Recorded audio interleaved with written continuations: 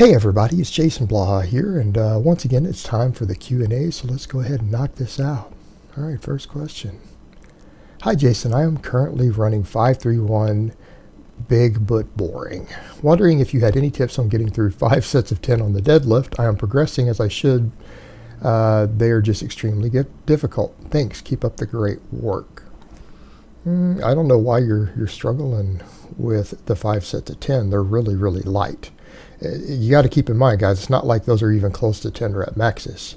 Now, if you're getting fatigue and you're getting pumps and everything in your lower back as a result of something like that, and again, 531 is not my area of expertise. Wendler's got entire books on this stuff. But there's a couple of ways you could approach this. Number one, you might want to double check and see what your actual max is, because let's say your max is 500. I understand on that template you're supposed to use 50% for those 5 sets of 10, if I recall correctly. So if your deadlift max is 500 and you're using 250 pounds, 5 sets of 10 with that shouldn't be too bad. I mean, you guys watched me rep out 425 for 12 reps before on camera. Shouldn't be that bad. If it is, maybe your breaks are too short. Are you trying to do them 60 seconds apart? Or are you taking a good 3-4 minutes between sets? All right, so one option is to go ahead and bring down or bring up that rest time so that you have more time to recover between sets. Let that lower back pump and everything go away, because that's probably what you're experiencing. You're probably getting a massive pump in your spinal erectors, something to that effect. So they could be fatigued.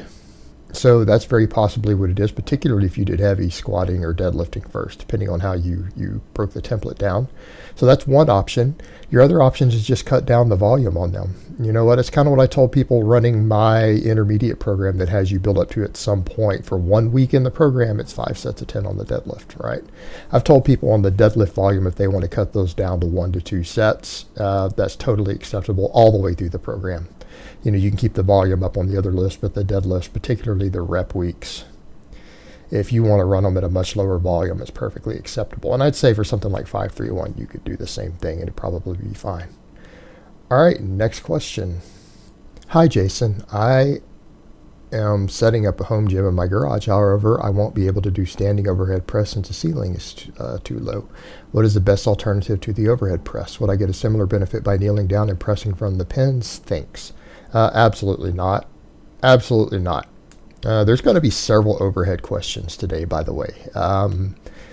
No, you need to be standing to perform the overhead press the safest, that has the least potential risk to your lower back, safer for your rotator cuffs as far as stopping impingements, things like that. You need to do overhead work standing. You don't need to do it kneeling, seated. That's one reason I'm not a fan of the Z press. I see potential lower back injury risks there. It's not worth it. The standing press works best standing. I mean, all that sounds redundant. All overhead pressing should be done standing. If you want to get the most out of it, you want to get the most muscle fiber recruitment in your shoulders. You want to get the most muscle through your whole body. You want to have the lowest chance of injury. If you want to avoid shoulder impingement, lower back issues, you need to be standing. Your options, you could take it out into the yard and clean it up, or you could get a little cheaper squat stand separate from your rack. You can get cheap squat stands. It's just 2 little arms. They're not expensive, just for your overhead press, since there won't be safeties and stuff on it, to take out into your driveway or your yard to do your overhead pressing. But no, you really need to do overhead pressing standing. You need to find a way to do it. I can't stress that enough. And so in this case, those are your other options. No, you don't want to do it kneeling. You don't need to do it off the pins. Take it outside. Find a way to get it outside if your ceiling isn't tall enough. Yeah, it's going to be a little more work, but it's going to be worth it in the long term in terms of your total gains, lower injuries, everything else. All right, next question. What do you think can be considered a brutally strong weighted chin-up? Like for deadlift, 700 is brutally strong. I wanted to prioritize chin-up strength in my training. Would it be useful to aim for something like body weight plus 200 pounds dead hang in the long term? I understand it's not a competition lift, but what if one were to treat it like it was? Thank you. Well, that's what I'm doing. You guys see I kind of put my answer down below. Look, if you're going to take something like a weighted chin-up, we're talking, if you're going to talk about absolute strength, because you didn't talk about relative strength, you didn't say a 700 deadlift for a guy who weighs 220 being brutally strong, but a 600 deadlift for a guy who weighs 160 could be brutally strong, right? That's not where we went with this. You gave an absolute number. Well, chin-ups are the same way. Your body weight plus the weight on the bar is how much you lift, just like a deadlift. You know, the amount you're hanging from the plates is not the amount you're lifting on a body weight exercise. It's your body weight plus that.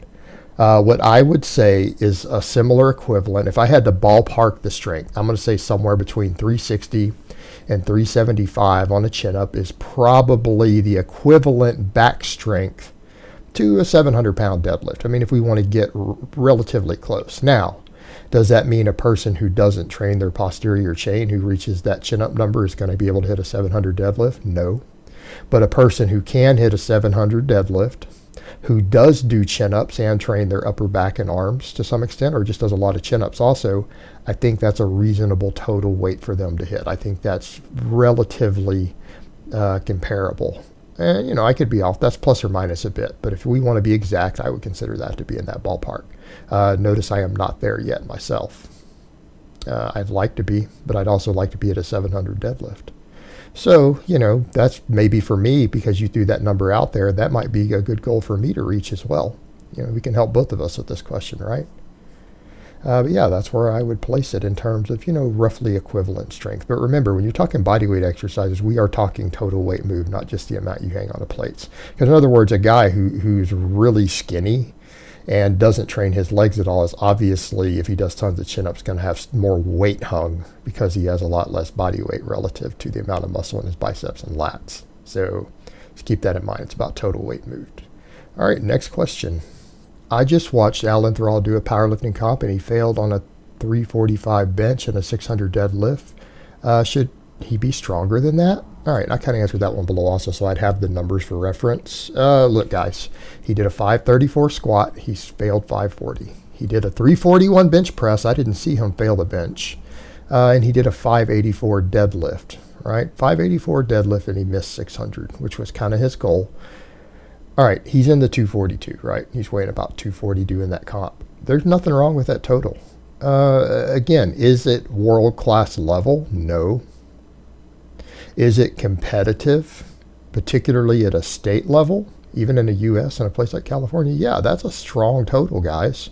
That's a strong total. He can squat at least 500. His deadlift is strong. He should have got the 600 deadlift. He's pulled it in training. He was probably fatigued. He's probably having a bad day. If I recall, he said he didn't even have a good explanation. He doesn't even know why he missed it. He doesn't have any excuses. He wasn't having a bad day otherwise, so he doesn't understand why he missed it. It happened. He accepts it. He's making no excuses. But truth be told, the only thing Alan is particularly weak at in terms of for his body weight is his overhead work. You know, his pressing in general. Yeah, he should be a little stronger hypothetically for his weight class on some of the pressing. But I mean, you know, a 534 squat, that's nothing to laugh at. You know, moving in on a 600 deadlift, you know, that's nothing to laugh at. Those are totally respectable. They're totally respectable. And guys, you guys got to remember that when we're comparing strength sports like this, you don't want to always use the best in the world to compare the standard for everyone, because the thing is, you can hit 200 pounds less than the record holder on a lot of these lifts and still compete at the world level. All right, perspective here, guys, perspective. Just because the world record in your class is a 700-pound lift doesn't mean that a 500-pound lift won't get you a world's invite. Again, it's like saying, you know, you look at NFL players and go, oh man, that guy's a scrub in the NFL because all these guys who are at the Super Bowl outperform them. Yeah, but he's still an elite athlete. You know, he's still an elite athlete in his sport. No, I mean, that's a respectable total. He has a lot of room to improve, but I see nothing wrong with that total. He's a strong guy. He's a strong guy overall. There's nothing to hate on. All right, next question. Does the weighted chin-up really work more muscles than the weighted pull-up? I do weighted pull-ups 2 times a week and can weighted chin-ups once a week for variation. I can do 10 pounds more on weighted pull-ups for reps than on chins. If I prioritize weighted chins over pull-ups, will I be able to grow faster if I can progress faster on them? Thank you, Jason. if you're stronger on pull-ups, I certainly hope you mean the neutral grip ones, not the pronated grip ones, where you're grabbing like, neutral grips like hammer curl type bars at the top, because that's generally the only way you're going to be stronger, or you're short stroking it. You're skipping the bottom. You shouldn't be stronger. That being said, if you've been doing tons of it and you haven't done many chin-ups, yes, but if you actually did an equal amount of chin-up training, your chin-ups will probably pass your pull-ups by 10 pounds before long. Again, unless it's the neutral grip. Does it work more muscles? Yes, absolutely. More muscles meaning more bicep. In other words, it allows a lot more bicep recruitment. It has about the same amount of lat recruitment. In other words, you're using the same amount of back, but you're using more biceps. More biceps. That should allow you to lift more weight. Most people are slightly stronger. Now, that neutral grip, if that's what you're doing and calling a pull-up, that's a slightly different animal. There are some people who are stronger than that. It's actually not uncommon to be stronger at that. But that's we would call that a neutral grip pull-up, different exercise. So that's where there's some confusion at. So I don't know which one you're doing. But overall, yeah, the regular normal chin-up usually has the most muscle mass involvement out of all of those. It has a slightly longer range of motion and brings more muscles into play. So yeah, it's a better overall exercise, but you should be stronger at it slightly than the full pronated grip. So hopefully that clarifies that for you. All right, guys, but that's really all I have to say on that today. I hope it's been informative, and I will talk to you guys next time in part 2.